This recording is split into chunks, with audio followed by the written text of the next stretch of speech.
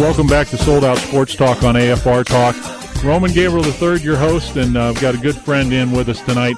And, of course, we'll get you ready for the sports weekend coming up as we get you ready for NASCAR. We've got stuff going on with Brickyard. We've got some golf to talk about. We've got, of course, the NFL and college football seasons. Be sure to join me next weekend as I start getting you ready for both of those seasons. Is one of my favorite times of the year as we get ready for pro and college football.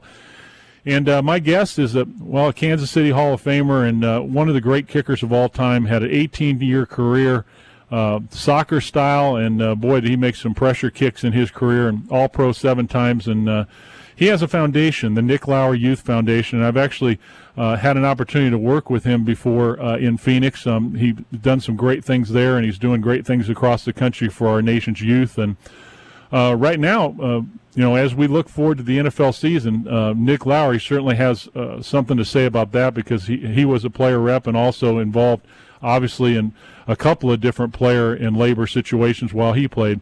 Nick, the thing that I'm excited about as we wrap this thing up is getting the season going, hopefully a 10-year agreement with labor peace and an agreement that works for both sides. Your feelings about that? Well, I think it's a historic document that is close to being done. It's not done yet, and as somebody I admire, Steve Young, said last night, and I said on CBS here in Phoenix this morning, it's when the owners unilaterally said, we love our proposal so much, we're going to vote on it 31-0. And that's not the players' proposal. It's certainly very close to the fundamental structures they need, but there's still some things out there. I mean, the compromise in terms of the percentage of the profits by the players was very significant, much more than I expected, really 10%. It's also going to help with reducing some of the two-a-days, although I personally, even as a kicker, I know that one two-a-day a week or a few two-a-days are probably important to getting in that kind of shape. But during the season, no, and certainly consecutive days of doing that are not really the way to go. There are so many parts to this, but I think it's better than it's ever been, and I'm not sure the players may ask for a 7-year opt-out of the 10-year agreement, but can you imagine having a great agreement that lasts for 10 years and not having to worry about it, and maybe even being able to extend it the way they did the last one, so it's, maybe even 20 years before they really have to do it again. That's good stuff. All that's positive. What's happening right now is you've got the TV lockout money, which is $4 billion that the owners tried to keep. They lost that suit. They'd collectively bargained that money, so it should have been shared. And there should be, maybe even as much as $700 million of that $4 billion going to the players. That's a lot of money. I mean, let's do the arithmetic on that one. That's that's 20-something million per team. If you have 50-something players, even 60 players on a team, 20 million. That smells to me like a third of $1 million right there per player. Well, Nick, let me throw out something so there's to you. Lots of good things, but still, they need to take their time and get it done right. Let me throw out something to you that I want your opinion on that I think you're very well versed to be able to talk to us about. And I've talked to Coach Mike Ditka about this. I've talked to my own father who played 18 years. I talked to Mark Collins, former New York Giant. I want to talk to you about the pre-93 players and the concern that some current players and many people like us have for these guys because we're around them. We see the pain. We see the results of playing this game differently than these guys are treated today. You were right on the edge of that because your last year was, I believe, 96. Tell me about how you feel about the pre-93 players and what this deal could do for them.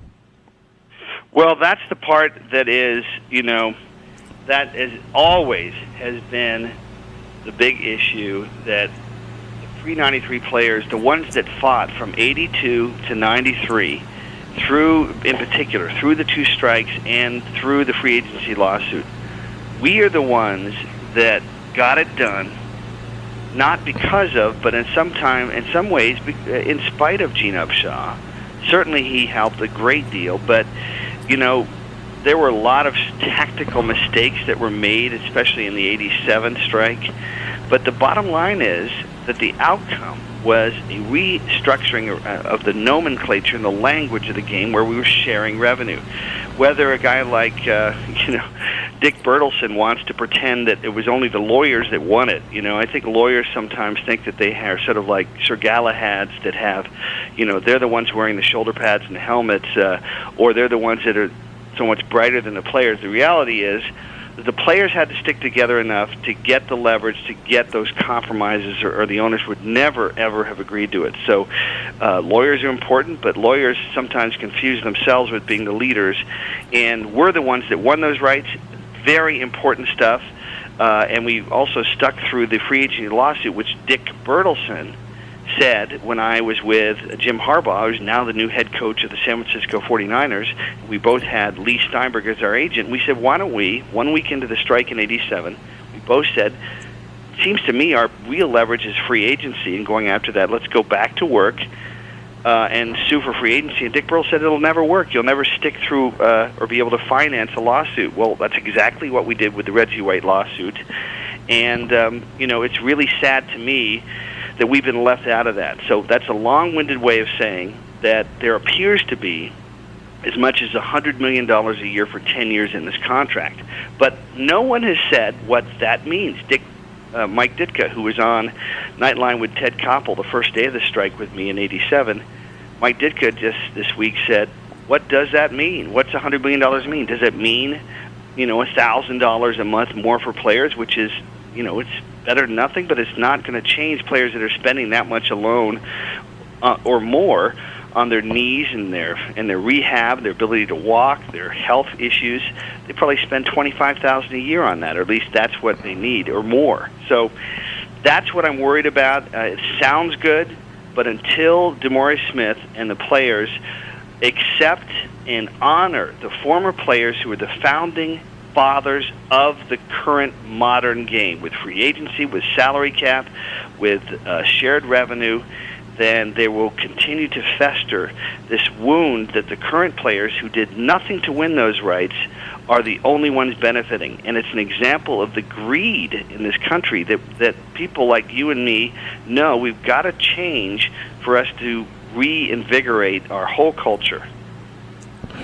Nick Lowery, former NFL player with the Kansas City Chiefs, saying very eloquently what we've been talking about here, that there are players that sacrificed a whole lot for the game to be what it is, and we just hope that we'll find out in the coming weeks exactly what Nick was talking about, what this really means to these pre-'93 players and the guys that put this game on the map. So we'll hope and pray that gets done as I'm around, and so is he. So many guys that are suffering from playing this game who really deserve, just like the current players, to have their medical costs and their pensions be lucrative for the rest of their lives. Final moments with Nick. Nick, you're the president of Nick Lowery Youth Foundation, and I want to make this relevant to so many parents that listen to our program, because American Family Radio is made up of concerned parents across the country who really care about their kids. You do leadership and training for youth, and you do this in a lot of ways, but keeping it short, to parents out there who are concerned about the direction that our youth and our country are going today, what would you say to parents from a basic standpoint, some of the things that you're doing that parents can do on a daily basis to not only be more engaged in their kids' lives, but to do, as you said, to prepare these youngsters to be leaders in the future? Well, most important thing, I was dropout prevention champion for the governor of Kansas a year and a half ago, and I've been chairman of the American Indian Education Foundation, which is now called the National Fund, nominated by President Bush and sworn in by Gail Norton in 2003. And the issues in Indian country, we did a training with prison youth in South Dakota and the Pine Ridge Reservation last year.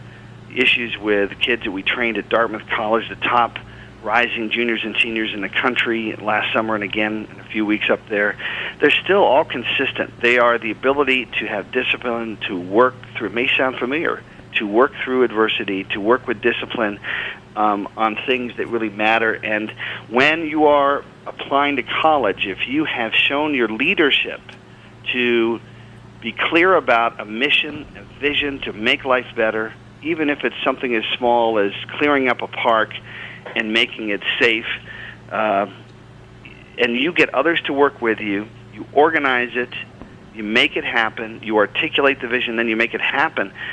Those are the skill sets that help you in life, and they certainly help you in applying for college. And most of the kids today in high school and elementary school, they're inundated by, how can I put it, ADD programming that disempowers them with the notion that they're not complete unless they buy a certain product, that they're dependent on certain medicines, they're dependent on other figures that are, in the tabloids, when what we do is turn it around and say the power and the magic wand, contrary to even Harry Potter, if you will, is not some wizard.